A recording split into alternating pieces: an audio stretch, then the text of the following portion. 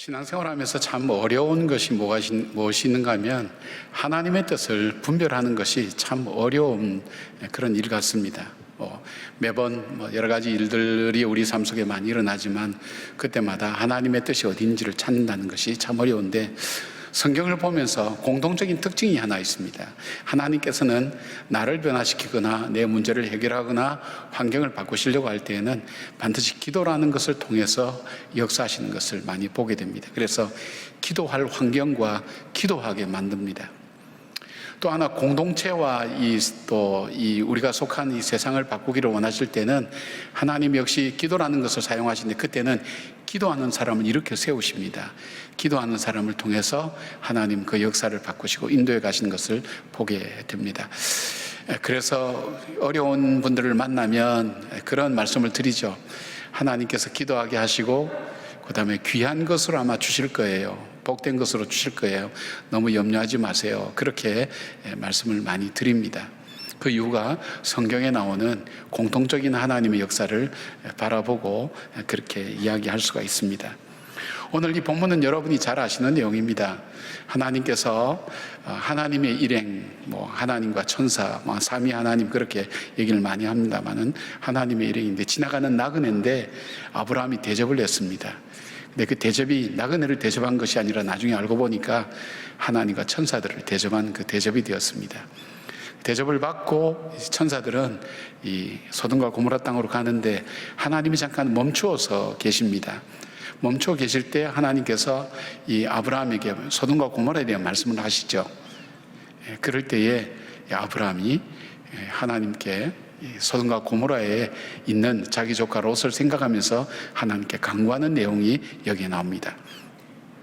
그러면서 하나님께서 기도하게 하신 사람, 하나님께 기도하는 사람의 태도와 자세가 어떤 것인가, 그런 것들을 생각을 많이 하게 됩니다. 아브라함의 기도를 통해서 기도하는 사람들의 태도와 자세가 어떤 것인가 하는 것을 우리가 함께 배우면서 우리 1만 명 기도 운동할 때에 여러분들이 그런 마음과 자세를 가지고 아브라함에게서 배운 기도의 자세를 가지고 예배를 드리고 기도를 할 수 있었으면 좋겠습니다. 첫 번째로, 아브라함은 하나님 앞으로 가까이 나아가는 삶을 선택하게 됩니다. 22절 보면 하나님과 천사들의 일행이 아브라함과 대하다가 이제 그들은 떠나고 하나님이 잠깐 멈춰서 있는데 소돔과 고모라에 대한 이야기를 하나님이 하시죠. 그때 23절에 이렇게 말씀합니다. 아브라함이 가까이 나아가 이르되 주께서 의인을 악인과 함께 멸하려 하시나이까. 그렇게 하나님 앞에 질문을 하게 됩니다. 여기에 그대로 섰다라는 것은 계속적으로 하나님 앞에 머물러 있다는 의미가 됩니다. 그러나 여기에 나갔다는 나가시라는 원래의 뜻은 어떤 목적을 가지고 가까이 가거나 접근하는 것을 말할 때에 이 단어를 씁니다.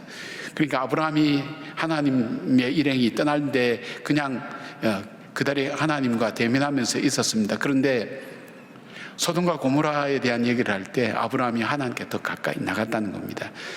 여러분, 이 가까이 더 나간다는 게 쉬운 일이 아니죠. 우리가 편안한 사람마다 이 사회적 거리라는 게 있죠. 여러분, 낯선 사람이 나와 아주 가까이 있으면 굉장히 불편하죠.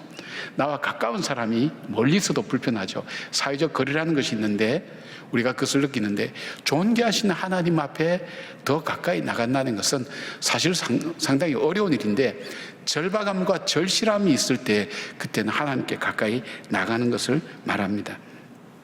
하나님께서는 아브라함에게 그 기회를 주신다고 저는 그렇게 말씀 속에서 보았습니다. 바로 아브라함에게 기도할 기회를 주셨다. 여러분께서 평안하고 또 나름대로 하나님과 평소에 교제도 하시고 예배도 드리시지만 하나님께서 특별히 우리에게 어떤 기회를 주시는데, 그 기회가 뭐냐면 기도할 기회, 간구할 기회를 우리에게 하나님이 주실 때 그때 간구하는 것 참 중요한 일입니다. 하나님께서는 직접 말씀하실 수도 있지만 우리에게 사건을 통해서 우리에게 말씀하실 때 그때의 그 기회를 놓치지 않고 하나님께 더 가까이 나가서 하나님 앞에 간구하고 부르짖는 것이 중요하다는 것입니다. 그래서 기도하는 사람, 응답받은 사람의 특징 중에 하나는 하나님께 더 가까이 나가서 기도한다. 어려울 때일수록 또 문제를 가질 수 있도록 하나님 앞에 가까이 나가서 기도하는 것을 보게 됩니다. 특별한 간구가 있을 때 하나님 앞으로 나가는 것은 단순히 아브라함만 그런 것이 아니라 성경에 나오는 모든 사람들이 기도하는 모습을 찾아볼 때, 특별한 목적이 있을 때 하나님께 더 가까이 나갔다는 것을 말씀하고 있습니다. 가까이 나갔다는 것은 마음과 중심이 하나님께 더 가까이 갔다는 얘기도 되지만, 우리 마음과 몸이라는 것이 분리되어 있지 않거든요. 우리가 안 보면 멀어진다는 말이 그거거든요. 우리가 몸으로 멀어지면 마음도 멀어지게 되어 있습니다. 우리 아까 성집사님 간증하면서 우리가 들었지 않습니까? 1년 만에 교회를 오니까 출입구도 못 찾겠다고, 기도할 때 무슨 기도를 해야 될지 모르겠다고 솔직하고 정직하게 고백한 겁니다. 우리가 하나님 앞에 가까이 나와서 몸으로 더 가까이 나가지 않는다면 무슨 기도를 해야 될지, 어떻게 해야 될지 사실 잘 알지 못합니다. 그래서 우리가 하나님께 더 가까이 나간다는 그 의미는 마음과 중심이 나가는 것을 말하지만, 나타나기는 우리 몸으로 하나님께 더 가까이 나가는 것을 말합니다. 여호사밧 왕이 모압 자손과 암몬 자손이 공격해 올 때 두려움이 가득했습니다. 그 두려움을 어떻게 주체할 길이 없었습니다. 그래서 그는 하나님께 더 가까이 나가고, 각 성에 있는 하나님의 백성들이 하나님의 전뜰에 모여서 함께 기도하는 모습을 보게 됩니다. 또 히스기야 왕도 마찬가지입니다. 아수르 군대가 쳐들어와서 위협할 때에 히스기야는 사내립이 쓴 편지를 가지고, 그걸 가지고 성전으로 올라갑니다. 그리고 그 편지를 펴놓고 기도합니다. 열왕기하 19장 14절 보니까 이렇게 되어 있습니다. 히스기야가 사자의 손에서 편지를 받아보고 여호와의 성전에 올라가서 히스기야가 그 편지를 여호와 앞에 펴놓고 기도했다는 것입니다. 여러분, 일상생활을 통해서 하나님과 교제하며 생활하는 것도 참 중요하지만, 여러분 특별한 목적과 또 여러분이 기도할 제목들을 우리가 알게 될 때에, 그때 우리가 하나님께 더 가까이 나가는 자세가 참 중요합니다. 그런데 문제는 지금이 하나님께 더 가까이 나갈 때인지 아니면 편하든지 그 분간이 안 되는 거예요. 나도 모르는 어려움이 나에게 다가오는데 우리 마음이 둔하여지면 내가 지금 하나님이 주신 기도의 기회를 놓치고 평안한 줄 알고 그냥 그대로 지나다가 그 어려움이 시험이 되는 경우가 적지 않다는 것입니다. 그러니까 하나님께서 우리에게 평안을 주실 때는 어떤 기회냐? 하나님께 더 가까이 나가서 하나님께 아뢰올 수 있는 기회가 된다는 것. 아마 이번에 1만 번 우리가 성전에 우리가 다 나와서 예배를 드리자는 것은, 집에서도 하나님은 여기도 계시고 저기도 계시고 어디서나 드려도 되지, 그렇게 말씀을 드릴 분이 많지만, 사실 그런 분들이 정말 성전에 나와서 예배 드릴 때하고 집에서 예배 드릴 때도 아마 다를 거예요. 지금도 아마 파자마 바람으로 예배 드린 분이 있을 거예요. 그러다가 부엌에 올려놓은 거 있으면 왔다 갔다가 봐가면서 그렇게 예배 드려서 집중이 안 될 거예요. 아마 여러분 다 경험들 다 해보셨을 거예요. 내가 중심과 마음이 하나님께 집중해서 더 가까이 나가고, 하나님과 더 가까이 나가서 내 마음에 있는, 속에 있는 것을 다 내어놓고 예배 드리고 경배하고 찬양할 수 있는 기회를 얻는다는 것 얼마나 귀한지 모릅니다. 지금이 하나님께서 우리에게 주신 기회라고 생각합니다.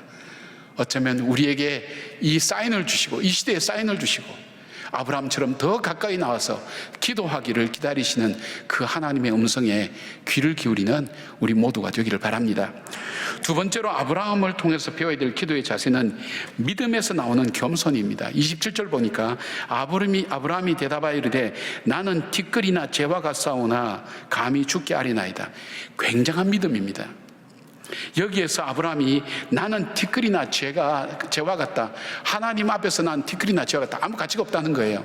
그러니까 하나님의 그 광대하심, 하나님의 절대 주권, 하나님의 심판하심 앞에 나라는 존재는 아무것도 아닌 존재라는 것을 고백하는 거예요. 여러분, 이 고백은 진정한 믿음의 고백에서 나오지만 겸손한 고백에서 나오는 게, 이 겸손한 고백을 할 때 두 가지 마음이 우리 마음속에 찾아오게 됐어요. 하나는 티끌 같고 재 같은 내가 어떻게 감히 하나님 앞에 서서 내가 하나님 앞에 간구할 수 있는가 하는 그런 마음에 대해서, 이건 엄청난 특권이라는 것을 깨닫게 되는 거예요.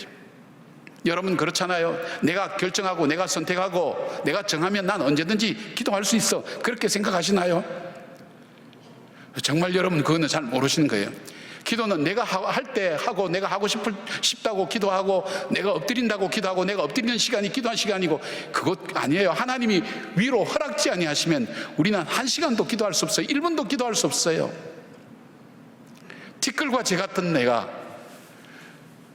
대통령이 예를 들면 대통령을 만나겠다 그래도 저 같은 사람 만나주겠습니까? 여러분 신방하면 여러분은 참 기쁨하지 해도 대통령은 왜 오냐, 뭐 때문에 오냐, 신원 줘야 하고 이유가 뭐냐, 별일 다 하면서 거절할 거예요.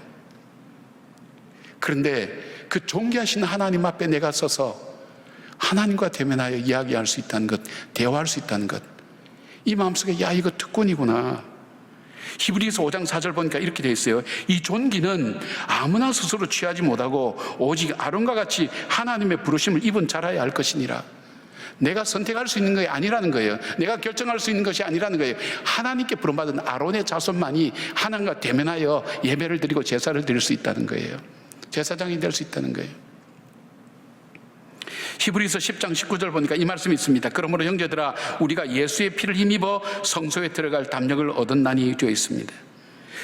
정말 존귀한 자만이 하나님 앞에 나갈 수 있는데, 티끌과 재 같은 내가 예수 그리스도의 보혈의 피로 존귀한 자가 되어서 하나님 앞에 나가서 얘기할 수 있을 때, 여러분 얼마나 이거 귀한 특권입니까? 특권은 안 쓰면 손해보는 거예요. 내가 하나님 앞에 나갈 수 있는 기회를 주셨고 하나님께서 내게 하나님께 나갈 수 있도록 길을 열어주신 이것이 나에게 너무나 귀한 특권이구나 하는 그 마음과 동시에 찾아오는 또 하나가 있어요. 다른 사람은 주님을 만날 수 없는데 그 하나님을 내가 대면했을 때 내가 할 수 있는 것이 나에게 속한 것, 그것만 간구하고 기도하겠느냐? 그것 아니잖아요. 적어도 다른 사람은 설 수 없고 나만 하나님 앞에 서는 이 특권을 얻었다면, 내가 이 특권을 얻었을 때 나에게는 공적인 책임이라는 게 있단 말이에요. 하나님 앞에서 내가 기도해야 될 내용이 나만 위해서 그렇게 하는 것, 하나님 무슨 요술 도깨비 방망이나 알라딘의 램프처럼 그런 것이 아니라, 정말 하나님께서 나와 대면해서 내가 하나님 만나는 특권이 있다면 내가 하나님 앞에 져야 될 책임이 있지 않습니까? 아니, 하나님 앞에서 져야 될 책임이 아니라 적어도 나와 더불어 사는 가족들과 이웃들과 이 시대에 대해서 내가 갖고 있는 책임이 있잖아요. 내 것만 강구해서는 안 된다는 거예요. 샤무엘 슈메이크라고 하는 사람이 쓴 평범한 사람들을 위한 비범한 삶이라는 책에 보면 19세기 교회 역사가인 윌리엄 레키라는 사람은 존 웨슬레가 영국을 피해 혁명으로부터 구했다고 믿었습니다. 존 웨슬레는 영국 전체를 12명씩 구성된 작은 공동체를 전국에 조직을 했어요. 조직을 해서 그들에게 가르치고 그들에게 행하게 한 것이 뭐냐면, 우리가 일주일에 한 번 모여서 우리가 이 세대가 타락하고 잘못된 삶을 살아도 하나님의 백성답게 살자, 그것을 서로 일깨워주고 기도하게 하는 공동체였어요. 영국이 산업혁명으로 사람들이 도시에 몰렸습니다. 사람들이 많이 몰리니까 쾌락도 술집도 늘어나고 타락하게 되고 그 복음의 나라가 바뀌어지고 부패되고, 그리고 돈이 왔다 갔다 하는 그 사회가 병들어가는 걸 바라보면서 존 웨슬리가 결심한 게 그거예요. 우리가 그리스도인이면 하나님께서 우리에게 이 시대 속에 살으라고 했던 그 거룩한 삶을 우리가 살자고, 그리고 이 나라를 구해달라고 하나님 앞에 우리가 함께 기도하자고. 그들이 함께 하나님 앞에 기도했어요. 책임지고 이 나라를 붙들고 기도했어요. 그 결과 프랑스는 피해 혁명을 통해서 수많은 생명이 죽고 피를 흘리고 나라가 변화됐다면, 영국은 그거 없이 변화되고 새로운 이 근대화에서 현대로 넘어오는 과정을 겪을 수 있었다는 것입니다. 무엇을 말합니까? 나만을 위한 기도가 아니죠. 바로 나에게 주어졌던 하나님께서 내게 맡겨주신 내 가족들, 이 교회들, 이 시대와 이 나라와 민족을 위해서 함께 기도하는 것이 필요하지 않을까요? 그것이 의무 아닙니까? 바로 이 아브라함은 하나님 앞에 소돔과 고모라를 위하여 무려 5번이나 말씀을 드린 거예요. 여러분 그렇잖아요. 우리가 좀 윗사람한테 부탁할 때 한 번 거절당하고 2번 거절당하면 그 다음 3번째는 사실 한국 사람 보통 3-4번이라서 3번하고는 그 다음 못해요. 아브라함 5번, 50명, 하나님 45명, 40명, 이러다가는 안 될 것 같아서 기회를 10명씩 팍팍 내려갑니다. 30명, 20명, 10명. 하나님 그래도 들어주셨잖아요. 그건 뭘까요? 아브라함이 자기가 하나님 앞에 서서 기도해야 될 책임을 다하고 있다는 것, 자기 의무를 다하고 있다는 것, 그것이 바로 아브라함의 믿음에서 나온 겸손함입니다. 사랑하는 여러분, 우리가 하나님 앞에 감히 설 수 있는 그 특권을 얻었다면, 세상의 사람들을 설 수 없는 하나님 앞에서의 그 기도의 특권을 얻었다면 그 가운데 서서 하나님께 기도할 때 나만이 아니라 우리 공동체와 내 자녀와 내 가족들과 내 교회와 나라와 민족을 위해 기도하는 그 기도가 함께 있어져야 된다는 것입니다. 바로 어디에서 이런 마음이 나옵니까? 바로 믿음에서 나오는 겸손함에서 이런 마음이 들어갑니다. 정말 하나님은 존귀하시고 귀하시고 나는 그 하나님 앞에 티끌과 쟤보다 못하다는 바로 그런 고백을 드릴 때에 이런 믿음의 마음과 책임감을 갖게 됩니다. 세 번째로 아브라함의 기도를 통해 우리가 배워야 될 것은 기도의 내용입니다. 여러분, 아브라함의 기도는 사실 조카 롯에게 있었습니다. 롯을 구원하기 위한 것이 아브라함의 기도였기 때문에 그것 때문에 소돔과 고모라를 사실 위해서 간구했지만 오늘 이 아브라함의 기도 속에는 자기 조카 롯에 대한 얘기는 한마디도 나오지 않습니다. 아브라함의 기도 속에 참 중요한 것은 먼저 기도할 때 하나님 내 조카 롯이 거기 삽니다 그렇게 얘기하지 않고 하나님은 공의의 하나님 아니십니까? 하나님은 정의의 하나님 아니십니까? 하나님께서 죄값으로 이 소돔과 고모라를 멸망시키는 것에 대해서 아브라함은 이야기를 하지 않았어요. 그러나 아브라함이 말씀하신 것은 하나님 자체에 대한 고백을 했어요. 하나님은 공의의 하나님, 정의의 하나님입니다. 그리고 그 하나님 동일한 하나님이 자비와 긍휼을 갖고 계시지 않습니까? 하나님의 그 자비를 베풀어 달라고, 이 소돔과 고모라 이 땅에 하나님의 자비와 긍휼을 베풀어 달라고 하나님의 자비와 긍휼을 간구하고 기도한 것을 이야기할 수 있습니다. 여러분, 우리가 왜 이번에 1만 성도 기도회를 주기도문으로 하려고 하는가 하면 우리는 기도의 균형을 잃어버렸어요. 우리가 주로 언제 기도하죠? 내가 문제 있을 때 기도하는 거예요. 내 마음이 불편할 때 기도하는 거예요. 나에게 어려움이 있을 때 기도하는 거예요. 나에게 풀어야 될 과제가 있을 때 기도하는 거예요. 그러다 보니까 기도의 내용들이 전부 다 그런 내용들입니다. 그런데 주님이 가르쳐 주신 기도를 보면 그 기도도 우리에게 필요하지만 먼저 이 주기도문은 순서와 형식과 내용에 있어서 완벽한 기도라고 우리가 그렇게 고백한다면 하나님이 우리에게 주님께서 가르쳐 주신 기도의 순서에는 우리가 필요한 것은 뒤에 나와요. 하나님의 이름이 거룩히 여김을 받는 것, 하나님의 뜻이 하늘에서 이루어진 것처럼 땅에서도 이루어지는 것, 하나님이 통치하시는 하나님 나라가 이루어지는 것, 이것이 먼저 나오게 되는 거예요. 우리가 우리 자신들과 우리 문제들과 우리 자녀들과 내 문제만 집중해서 기도하다 보니까 우리 속에 하나님께서 우리에게 기도하기를 원하시는, 가장 원하시는 기도인 하나님의 그 거룩함을 받들어서 오늘 우리의 삶이 거룩해지는 것, 하나님의 뜻이 이루어지는 것이 오늘 나의 삶 속에 이루어질 수 있도록 기도하는 것, 하나님이 통치하시는 의와 희락과 화평의 나라가 내 마음속에서부터 내 가정에서 나라와 교회와 그리고 이 모든 곳에서 이루어지는 그 기도를 잊어버리니까 그 삶이 없어지는 거예요. 삶이 없어지니까 기독교는 기복 종교가 되는 거예요. 저와 여러분의 기도의 패턴과 모습이 그렇게 되어 있다는 거예요. 아브라함은 그렇게 기도하지 않았다는 거예요. 아브라함뿐 아닙니다. 하나님께 응답받았던, 하나님께 기도하며 응답받았던 모든 사람들의 공통적인 것이 바로 하나님의 공의와 정의를 먼저 고백하고 하나님의 긍휼과 자비를 구했던, 하나님께서 먼저 찾기를 원하신 것을 찾았던 것을 보게 됩니다. 사랑하는 여러분, 우리 하나님은 문제 해결이 목적이 아닙니다. 저는 하나님 앞에 참 서운한 게 뭐냐면 참 내 문제부터 들어주고 그 다음에 본인의 뜻을 펼치셔도 좋은데 본인의 문제가 본인이 갖고 있는 뜻이 이루어지기 전까지는 응답이 없어요. 그러니까 하나님의 우선순위는, 나는 이거 답답하고 죽겠는데 하나님의 우선순위는 그게 아니에요.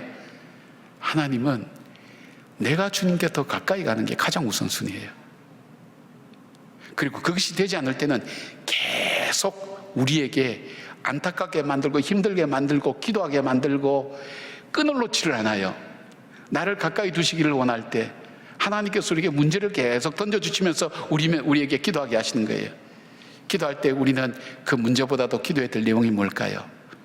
하나님 맞습니다. 주님의 거룩함처럼 우리 삶 속에 거룩함이 이루어지게 하시고, 하나님 오늘 내 삶을 통해서 내가 어떤 형편에 있든지 간에 오늘 내 삶 속에서 하나님의 거룩한 뜻이 이루어지게 하시고, 내 마음을 세상이 통치하지 않고 내 마음을 내가 주장하지 않고 하나님께서 나를 통치하시고 나를 주관하시고 이 세상을 주관하시고 가정을 주관하시고 교회와 나라를 주관해 주셔서 주님의 의와 희락과 화평이 나타난 나라가 되도록 하나님 이 땅을 먼저 고쳐주십시오. 그 기도가 우리에게 균형 잡혀서 이루어져야 되는 것을 말하고 있습니다. 18절 25절 보니까 이랬어요. 주께서 이같이 하사 의인을 악인과 함께 죽이심이 부당하오며 의인과 악인을 같이 하심도 부당하니이다. 세상을 심판하시는 이가 정의를 행하실 것이 아니니까.